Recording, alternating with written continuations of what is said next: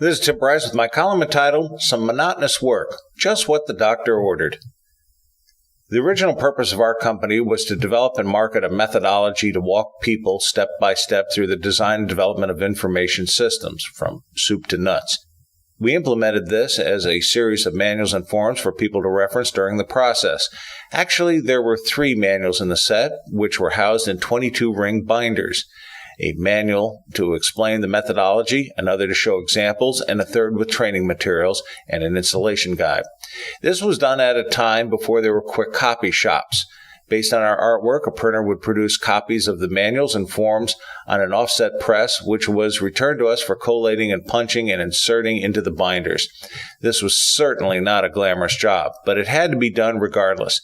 To implement it, we set up long tables and organized the pages around them. We then began the arduous task of collating and inserting the paper by encircling those tables for hours. On a good day, we could assemble 40 manuals, which was considered a respectable pace. Inevitably, we began to experience the effects of monotony and boredom. You couldn't go on autopilot completely during this assembly, as you didn't want to make a mistake, but it certainly wasn't complicated either. We did this for several years until we were able to automate our manuals for access via the computer. I cannot honestly say I miss those days, but I appreciate the necessity of the work. We've probably all performed some form of monotonous activity, be it collating and punching paper, stapling, folding, photocopying, applying adhesive labels, or some other task that doesn't require a lot of brain power, but still has to be done nevertheless. Every now and then I find such work to be a welcome departure from the trials and tribulations of the day, where you can zone out for a while and yet do something productive in the process. Some might call this idiot work, but that does a disservice to the necessity of the task and those performing it. Actually, it is rather remarkable how people can become somewhat robotic in performing repetitive tasks over and over again without frequently making mistakes. Occasional breaks help clear the head and allows the worker to refocus.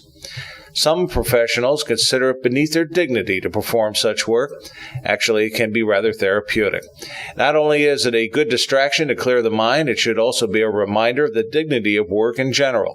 It may not be rocket science, but it is still necessary. For those who suffer from an inflated ego, there is nothing better than a little idiot work to bring them back down to earth.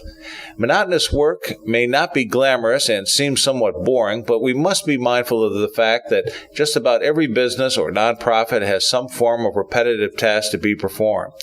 I, for one, am cognizant of the need for it and certainly do not demean anyone having to perform such work.